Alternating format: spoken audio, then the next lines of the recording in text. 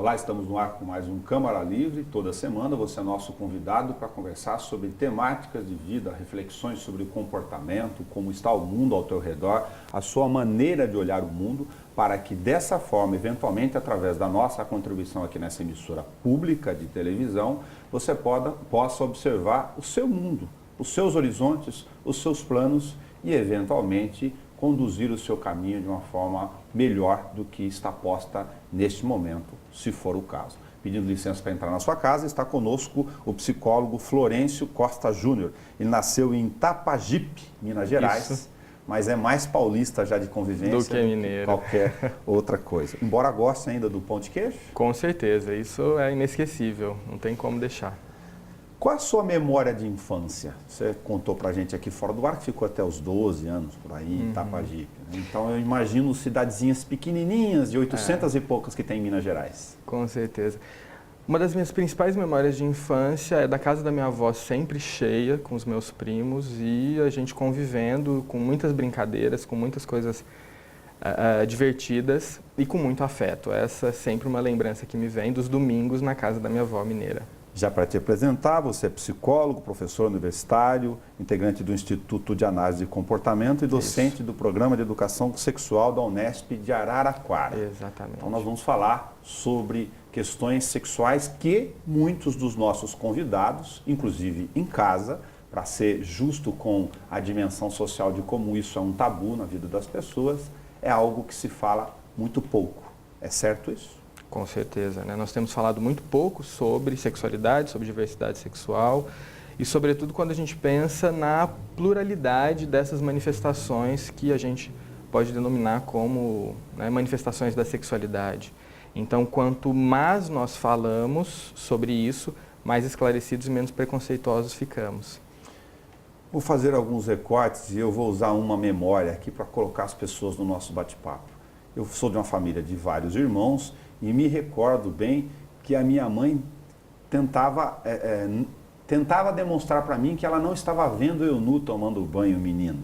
E isso acabou gerando uma série de comportamentos de escala, embora eu fosse lá o nono de 12 filhos. Quer dizer, vi muito irmão pelado brincando na rua. E depois, na escola, esses comportamentos acabaram se repetindo de uma forma ou de outra. Quando eu tive a minha filha Carol, eu tentei inverter um pouco essa lógica para ficar nu na frente dela, pequeno, tomar banho com ela, aliás, dar banho e tomar banho com ela, para que essa questão do corpo tivesse um pouco da desmistificação. Eu estou pensando errado ou esse tipo de refração ainda é comportamental, é um traço nas famílias brasileiras? Bom, de modo geral, né, a gente tem um tabu muito grande com o corpo, né? Sobretudo quando esse corpo ele é exposto em nudez. Né? Então, quanto menos a gente reproduzir esse tabu e o corpo for tratado com mais naturalidade, com respeito, obviamente, mais próximos da verdade sobre esse corpo a gente chega. Né? Então, quanto mais medo, repulsa ou aversão a partes desse corpo, né, pior é para o nosso desenvolvimento sexual. Então, é lógico que em alguns momentos do desenvolvimento não tem problema que essa nudez seja compartilhada, que as crianças saibam, né, do desenvolvimento, como que o corpo é quando adulto, quais são as características, né, mas que isso também venha acompanhado de um falar sobre o corpo e sobre a sexualidade, né, que também seja um falar libertador, não repressor. O homem tem mais dificuldade, em particular, de lidar e cuidar do corpo? Sim, o homem tem, porque diferentes estudos, né, demonstram isso e muitas das dificuldades, é lógico que são vários aspectos, né, que produzem essa dificuldade por parte do homem, mas um dos aspectos é na relação do homem com o próprio corpo. Né?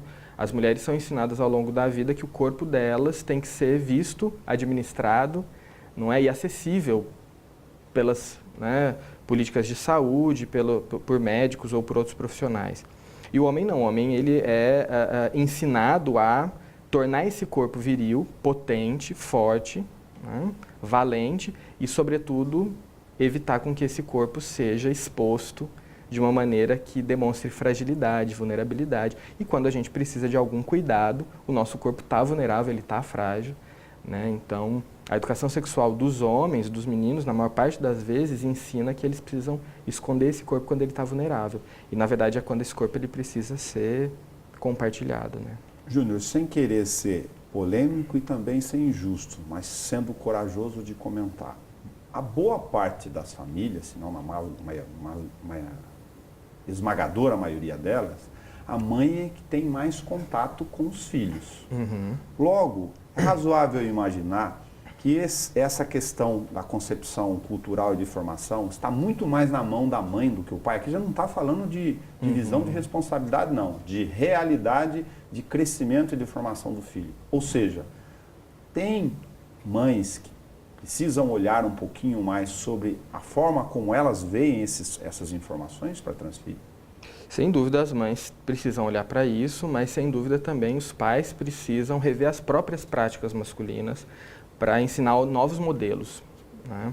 Porque, de fato, ainda que as mães sejam as mais próximas durante o cotidiano, isso que, claro, é uma prática que a gente tem que rever o tempo todo e, na medida do possível, reorganizar essas práticas para elas serem menos, né, discriminatórias e sobrecarregar tanto as mulheres, né? Na medida que a gente consiga fazer com que novos modelos de masculinidade emerjam na sociedade, fica mais fácil para quem educa ensinar esses modelos e fazer com que esses novos modelos eles prevaleçam, né? Lógico que a gente está falando a partir de um horizonte, de um modelo ideal de família, de relação homem, mulher, pai e mãe e filhos dentro dessa concepção. Mas aí eu vou para um outro horizonte. Esses traços de intolerância que tem para comportamentos sexuais diversos, por exemplo, se o fulano é transexual, a gente vai entrar em outras denominações, se ele é gay, se ele não é gay. Ele diz o que sobre nós em particular? Talvez diga que nós não suportamos a diversidade, né? Que o diferente causa um estranhamento e muitas vezes a forma das pessoas lidarem com o estranhamento é de uma forma violenta e discriminatória, né? De fato, somos pessoas diferentes em termos de raça, em termos de etnia, em termos de orientações sexuais, somos diferentes. Mas essa diferença não deveria nunca ser transformada em desigualdade ou em violência. E é o que a gente percebe, né?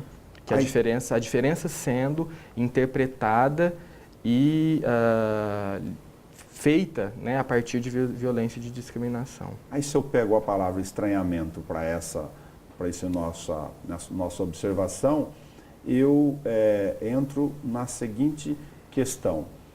Como lidar com que chamam-se equivocadamente agora, por exemplo, na discussão sobre o Plano Municipal de Educação, de ideologia de gênero. Aí vem comportamentos e posições bastante heterogêneas, algumas muito duras, baseadas em um determinado conceito, que eu não quero classificar aqui para não atrapalhar o seu raciocínio, fundamentando questões baseadas não no conteúdo em si, em questões religiosas, por exemplo. Sim.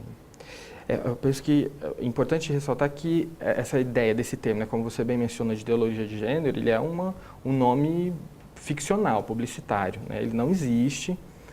Em nenhum momento as políticas idealizaram fazer algo relacionado a uma supremacia ou uma inserção de uma pauta sobre gênero. A ideia central, né, de ensinar a diversidade sexual e humana na escola é ensinar as diferenças e não tornar essas diferenças produto de desigualdade, né?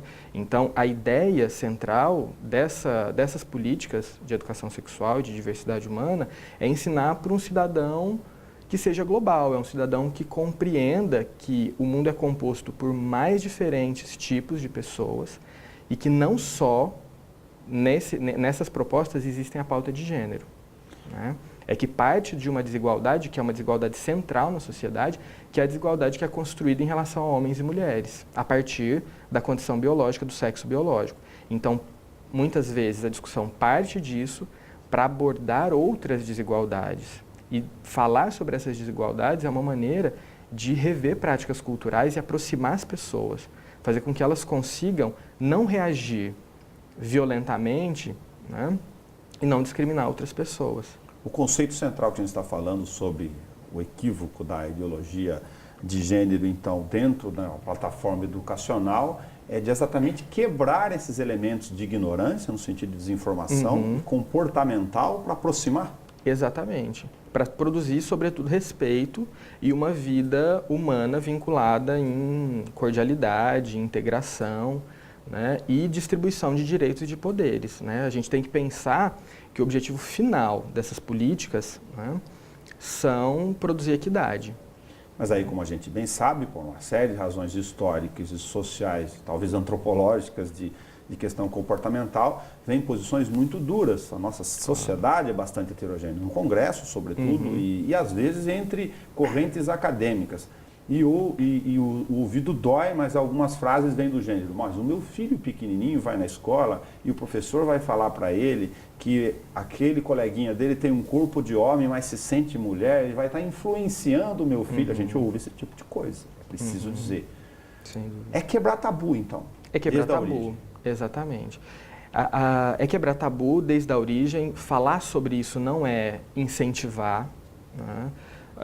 Pelo contrário, é tirar essa ideia do tabu e de uma educação sexual repressora, porque de fato ou as pessoas vão aprender sobre sexualidade, sobre corpo e sobre relações humanas dentro das instituições, sejam as escolas, sejam a família, ou sejam as instituições religiosas, ou elas vão aprender de uma forma aleatória conforme a vida vai possibilitando isso.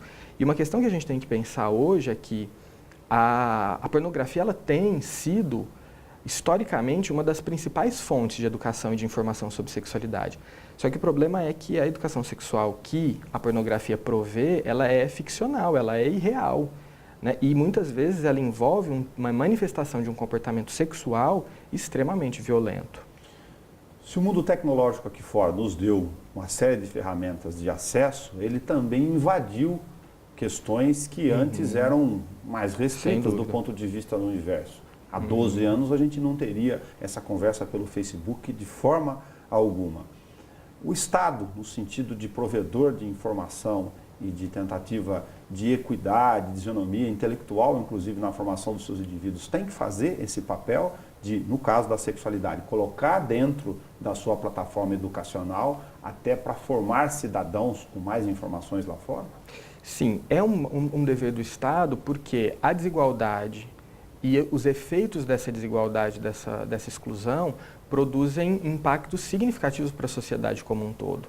Nas questões relacionadas à saúde, nas questões relacionadas à vida e qualidade de vida. Então, sim, por conta dos efeitos que a discriminação produz na vida das pessoas, é papel do Estado orientar e trazer essa discussão de uma maneira vinculada à realidade do mundo hoje, né?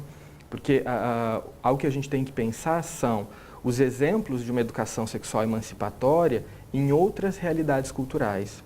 E os efeitos foram extremamente positivos, né? Então, quanto mais nós sabemos hoje, vinculados a alguns modelos, sobretudo europeus, né, de educação sexual, que quanto mais nós informamos e falamos sobre isso, e ensinamos as diferenças, e transformamos essas diferenças em um olhar de equidade e de isonomia, melhor as sociedades vivem em relação a elas, né? Então, temos esses exemplos que mostram, sim, é papel do Estado trazer isso à pauta, né? Porque o Estado precisa cuidar das pessoas, e tem muitas pessoas sofrendo, sendo excluídas e segregadas exatamente por conta disso. Independente das causas das minorias sexuais, né? Nós temos a violência de gênero, que é algo que destrói vidas e condições emocionais de homens e de mulheres, né? Todos nós somos expostos a esse tipo de discriminação. O bullying é mais um traço desse universo. É uma manifestação. É uma manifestação. E ele reforça esse raciocínio que a gente está falando. Sem dúvida. Se eu imagino um congresso nacional com um grupo de naturistas, um grupo de roqueiros, um grupo de pentecostais, por exemplo, para discutir o que estamos falando aqui, vai ficar uma torre de Babel nas condições atuais. Com certeza. Passar um pouquinho para um outro recorte. Sexo e amor, do ponto de vista de que vocês estudam na psicologia, são coisas que se conversam entre si, mas são coisas independentes? É interessante essa questão, né, Nelson? E eu vou trazer um pouco de uma perspectiva histórica. Não sou historiador, né, mas para a gente pensar nas manifestações humanas, temos que pensar na humanidade enquanto um processo civilizatório.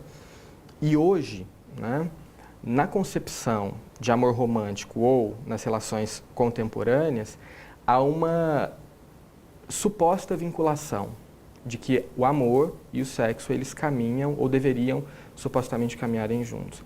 Mas não foi sempre assim e talvez não seja no futuro, né? E uma vez que as sociedades e os aspectos culturais que nos ensinam a ser quem somos estão constantemente se modificando. Então, quando a gente considera que o amor está no campo do afeto, né, e que o sexo está no campo do afeto, mas também no campo do desejo, a gente está falando de fenômenos que ocorrem, funcionam e operam nas nossas vidas de maneiras bastante diferentes, né? Então, o afeto ele envolve um processo de vínculo, um processo de história e de convívio, né? E o desejo sexual nem sempre. Se eu colocar algumas culturas na nossa mesa aqui, nós teremos evidências bastante significativas de que a relação de fidelidade, de monogamia, inclusive, do ponto de vista do sexo, não tem essa identidade que nós temos aqui para comportamento no dia a dia. Exatamente. E, então, nem precisamos voltar a um passado da nossa história, né, enquanto civilização, basta a gente olhar outras culturas, né? Então, existem culturas onde a bigamia ou a não monogamia são comuns para o homem, são comuns para as mulheres.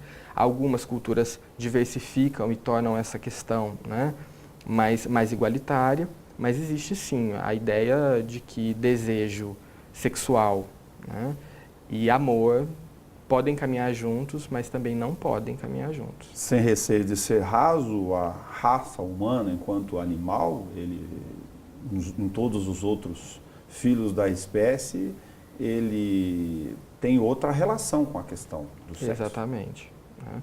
Existem espécies que são bastante monogâmicas ao longo da vida, né? Mas uma informação que nós temos da nossa própria, né, história da nossa espécie é que em diferentes momentos históricos as pessoas foram bem pouco monogâmicas. Esse é o momento histórico que nós estamos sendo mais monogâmicos. Se a gente olhar de novo para o recorte histórico, para as nossas culturas e valores em relação a sexo e amor, tem o peso natural das formações religiosas no tempo em relação a como a gente vê essas questões. Exato.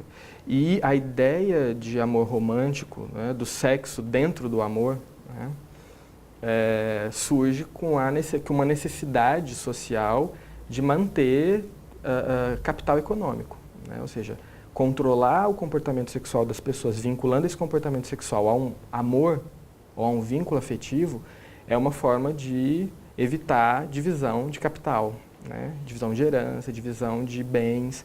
Então, isso garantiu, de certa forma, não é, um avanço da manutenção de poder econômico. A gente tem que ser sério o suficiente para colocar dentro dessa discussão a origem de que a questão de espólio, de herança, inventário, de divisão material de bens tem uma influência gigantesca sobre o que nós estamos falando. Exatamente. E por isso que essa questão sempre incidiu muito mais sobre as mulheres. Porque se eu não controlo o comportamento sexual das mulheres, eu não sei quem são os herdeiros. Mesmo nas sociedades que não são eventualmente monogâmicas, por lá tem outros elementos, como a questão do dote, por exemplo. A questão das castas, várias outras questões. Comprar, inclusive, a relação com mulher A, ou X ou B, né? Exatamente. Então, uma coisa que é importante ressaltar, isso não invalida o fato de que as pessoas de fato sentem, né, a necessidade de que o amor venha acoplado ao sexo e vice-versa, né? O que é importante ressaltar aqui é que a nossa dimensão cultural nos ensina a sentir e a querer determinadas coisas, né? E é por isso que, sim, se as pessoas sentem hoje essa necessidade de uma relação monogâmica vinculada, é porque isso é produto de uma condição cultural que nos ensinou a desejar e a esperar isso. Como é que a gente colocaria nesse tempero a questão da fidelidade, da traição? Que é uma questão que sempre existiu, né? Enfim, temos várias histórias, cada pessoa tem uma história incrível para falar sobre isso, então sempre existiu, né? E sempre foi deixada de lado, não foi discutida, sempre foi abafada. A questão da infidelidade ou da não monogamia é algo que é um tabu gigantesco, né, permitida para os homens e não permitida para as mulheres, socialmente, né?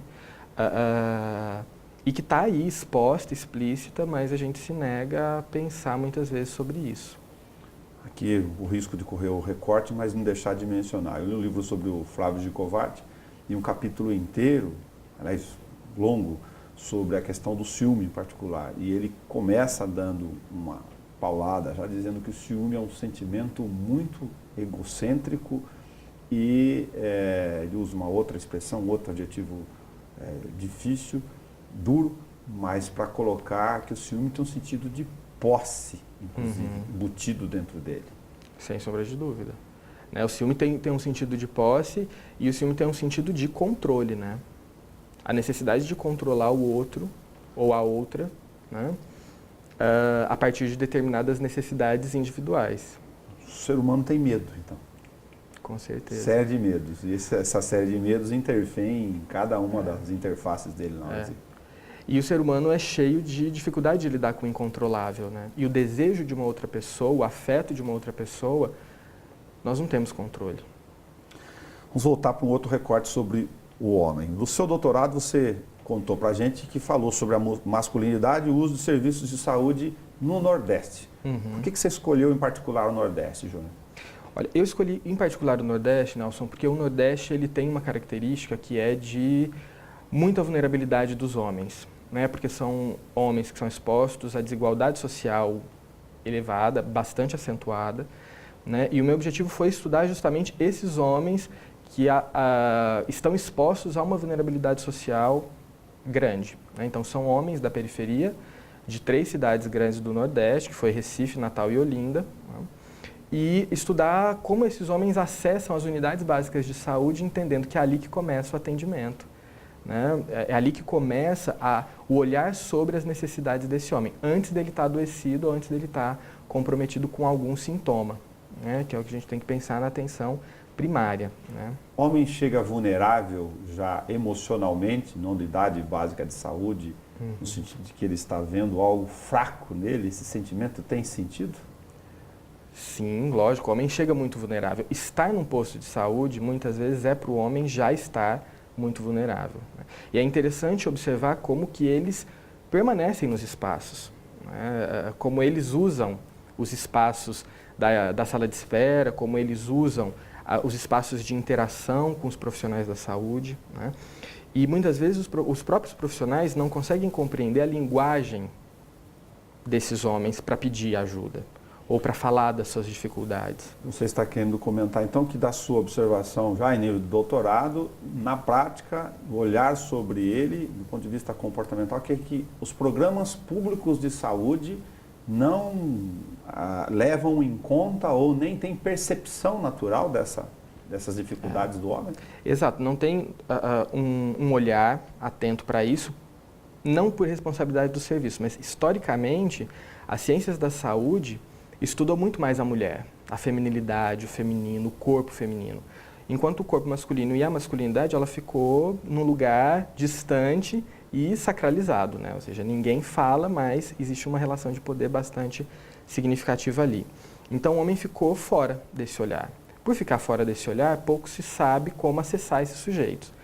E quando o Brasil elaborou a política de atenção integral à saúde do homem, essa política foi pensada por um homem genérico, né? Um homem que não existe, é um homem que, na verdade, ele é muito mais plural do que aquele idealizado pelas políticas públicas. Homens de diferentes idades apresentam diferentes necessidades e questões de saúde, né? Então, as políticas de saúde elas precisam olhar para essas diferenças dentro da categoria homens, porque senão ela nunca vai conseguir acessar e estar próximo dessas masculinidades e desses modelos masculinos. Porque o homem jovem tem um jeito de ser homem, o homem idoso tem um outro jeito de ser homem. Então, falar em outro recorte de a política pública observar também, dentro dessas diferenças comportamentais, programas específicos para a faixa etária, estamos muito distantes disso. Bastante distantes. Estamos caminhando, tem muita gente pensando, né? Mas a grande questão, o grande problema hoje, né, que eu percebo é que as políticas elas são pensadas distantes das pesquisas que são realizadas. Então, existem várias pessoas que têm se dedicado para compreender em profundidade essas produções das desigualdades de saúde, né, sejam masculinas ou femininas, ou de gerações específicas, mas as políticas elas são pensadas em paralelo. Muitas vezes, todo o arcabouço, né, de compreensão que os estudos acadêmicos permitem a gente acessar, as políticas elas não englobam. Algo que é particular e que acontece muito no Brasil, infelizmente, porque as políticas são pensadas muitas vezes por outros interesses, né? Mas existem vários estudos incríveis no Brasil que falam sobre isso, que defendem esse olhar, que demonstram como seria possível fazer isso, né? Mas, infelizmente, as políticas elas se desenvolvem numa condição paralela que muitas vezes não compreende. O Serviço Público de Saúde dá o genérico e básico, então. Isso que é a unidade básica de saúde se apropriando da simbologia do próprio nome. Infelizmente, né? Mas tem todo um potencial para oferecer algo muito melhor do que isso, né? Já é muito bom do que era, a gente tem que avançar, né? Eu particularmente defendo muito o sistema de saúde que o Brasil tem elaborado desde os anos 80. Né? Eu entendo que isso tem melhorado muito as nossas condições de vida, tem dado a possibilidade da gente ver essas diferenças e pensar sobre elas, mas o caminho ainda é longo e a gente precisa continuar pensando sobre isso nas diferentes instituições, na escola, nos hospitais, nos serviços de saúde de atenção primária, secundária ou terciária. E como você fez um recorte para o Nordeste, Recife, Natal e Olinda, que peso tem um pouco do outro tema que a gente estava falando, a questão do valor comportamental, de formação interior do homem viril, provedor, que precisa ser forte, atleta, que a gente brincou de forma séria no começo, no comparecimento dele, no acompanhamento da sua evolução de saúde. Exato. E é interessante isso, porque o Nordeste ele tem esse estereótipo, né, do homem macho, do cabra macho. Sim. Né? E isso, sem sombra de dúvida, incide sobre os homens que ocupam aquele território, mas conforme você vai conhecendo a vida dessas figuras masculinas, você vai percebendo que é um estereótipo que ele não descreve de fato quem é a pessoa. Né? Porque conforme você vai acessando essas individualidades, você vai vendo que tem muito mais ali do que um estereótipo do cabra macho ou do nordestino muito rústico, né? Quando na verdade existem pessoas cheias de vida, sentimento, cuidado, de relações familiares incríveis.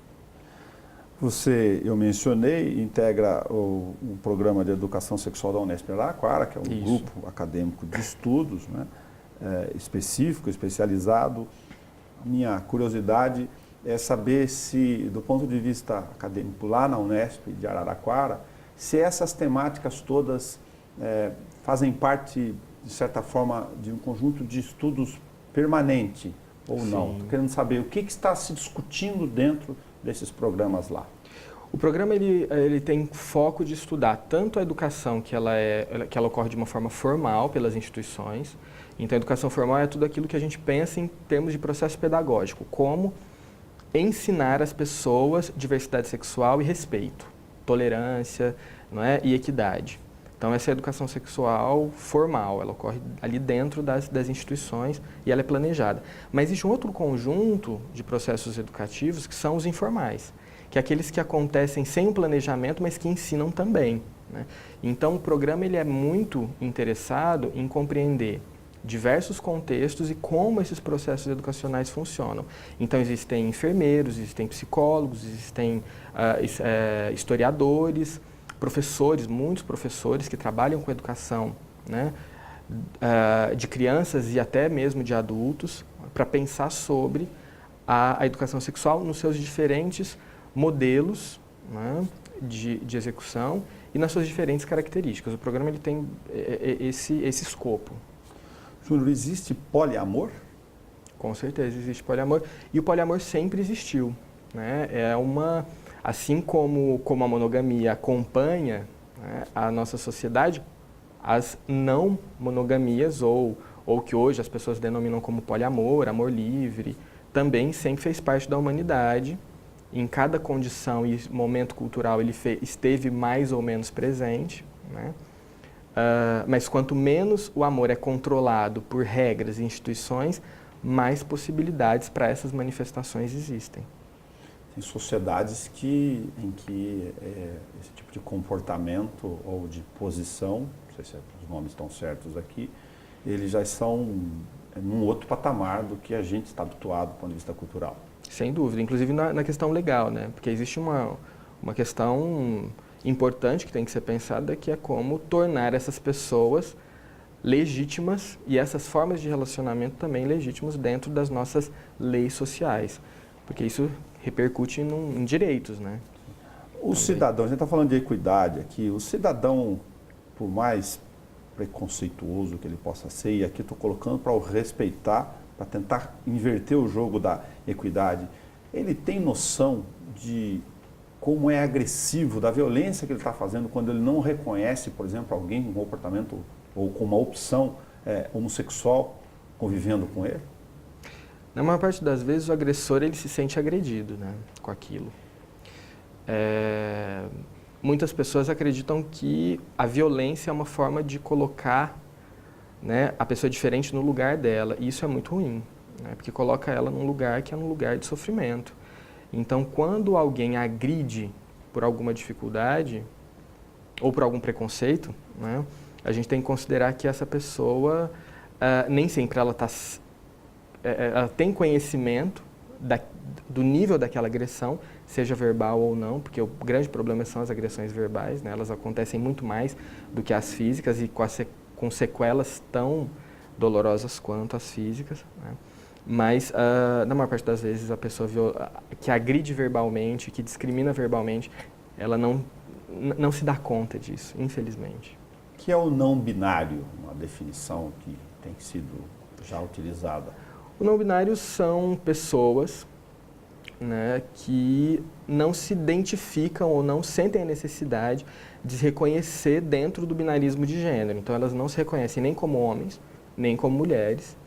Elas transitam entre esses dois polos e por isso que elas não são binárias, elas não estão nem num lado nem no outro e elas se sentem bem e querem ser respeitadas por transitar, né, dentro dessas polaridades que são construídas socialmente. Do que já foi possível de se estudar sobre isso, isso envolve questões bioquímicas internas, de metabolismo, sei lá se a expressão correta é essa, ou de questão psicológica, de estado mental, de espírito, de como elas se sentem?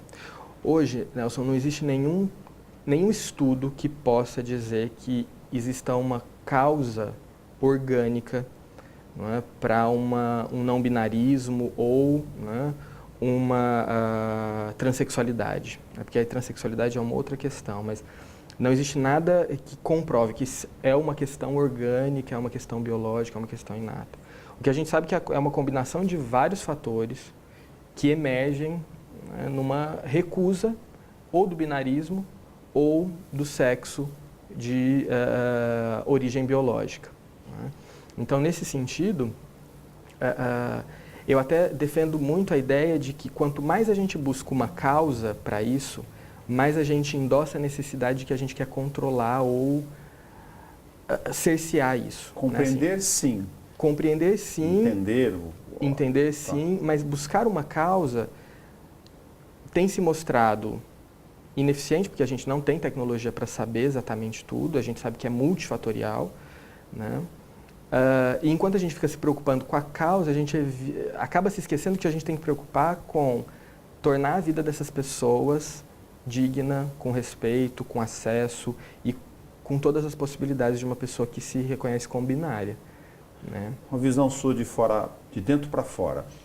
Esses temas todos que nós estamos conversando, obviamente, eles não são tão aceitos em boa parte, inclusive, das pessoas que estão nos assistindo lá. Respeito a todos, por isso que a gente está tendo que colocá-los aqui também do ponto de vista público. Mas a minha questão é da sua observação de dentro do ambiente acadêmico, se daquilo que você tem de experiência na sala de aula, das turmas diferentes que você tem de psicologia, se todas essas questões já estão com certo nível de equilíbrio ou se também tem efervescência por uma série de razões lá, por desinformação, ignorância ou não. Olha, a universidade, de certa forma, ela é um espaço privilegiado, né? A universidade, ela acaba funcionando como uma espécie de filtro para os preconceitos, porque é um espaço muito rico em termos de discussão, e a universidade tem se configurado como um espaço de vanguarda, né? De pensar sobre o que é mais atual e pensar de uma forma que rompa alguns paradigmas e avance, né, no pensamento humano. Então, a universidade, ela tem esse privilégio, mas mesmo dentro da universidade existem muitos processos de discriminação, né? Porque a universidade, ela é composta por pessoas, e essas pessoas estão cheias de facilidades ou de dificuldades para lidar com a diferença, né? Então, sim, na universidade ainda acontece muita discriminação, né?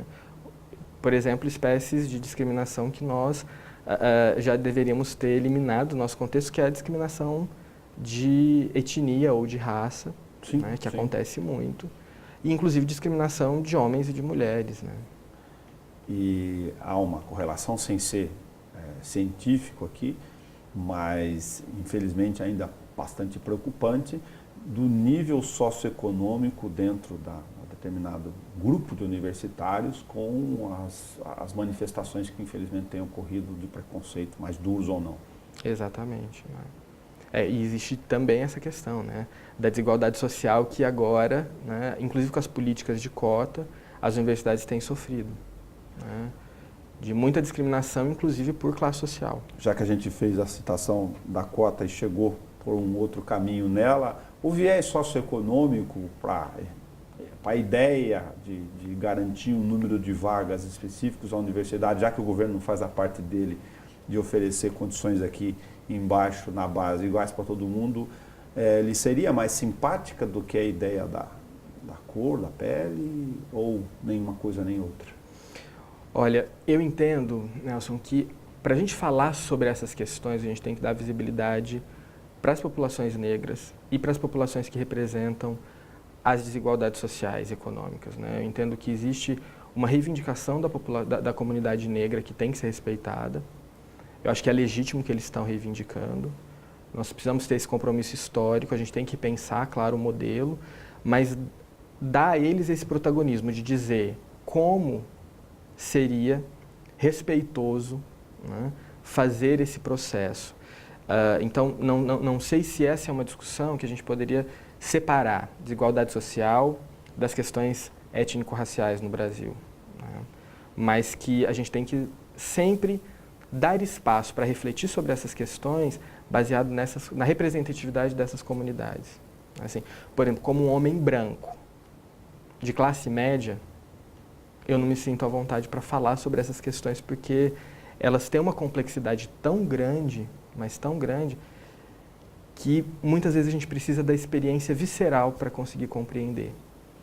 Seria um recorte um pouco mais humano, no mínimo, então, esse que eu dei da origem, de se imaginar uma escola pública na sua base que dê condições mais favoráveis, porque a gente sabe que esse processo Sim. é completamente desigual. É completamente desigual. É completamente desigual ao longo da vida, né?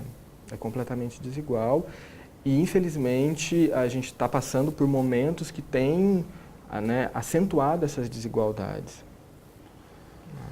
Eu não consigo imaginar uma escola do futuro que não tenha um psicólogo dentro dela, não é só para atender os casos do dia a dia, não. Escola do futuro, imaginando, porque isso está distante das planilhas da plataforma do setor público, mas da concepção das questões básicas do comportamento humano, da forma de pensar, dos conteúdos de nossas maneiras de enxergar a sociedade.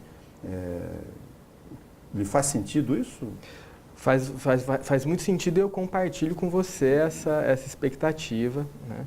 Eu acredito que a psicologia, como outras ciências, também é uma forma da gente produzir liberdade, né? Produzir compreensão, produzir conhecimento sobre as amarras culturais que nos limitam e que nos impossibilitam de desenvolver as nossas potencialidades. A psicologia, ela pode ser uma disciplina do conhecimento humano que ajude as pessoas a entenderem o que fez com que elas se tornassem o que elas são, né? e romper com esse viés de que nós descendemos ou herdamos algumas coisas, quando na verdade essas características elas são processos de interação cultural e por serem processos de interação cultural a gente pode intervir nelas a qualquer momento, para nos tornarmos pessoas melhores, pessoas mais respeitosas, afetuosas umas com as outras, né?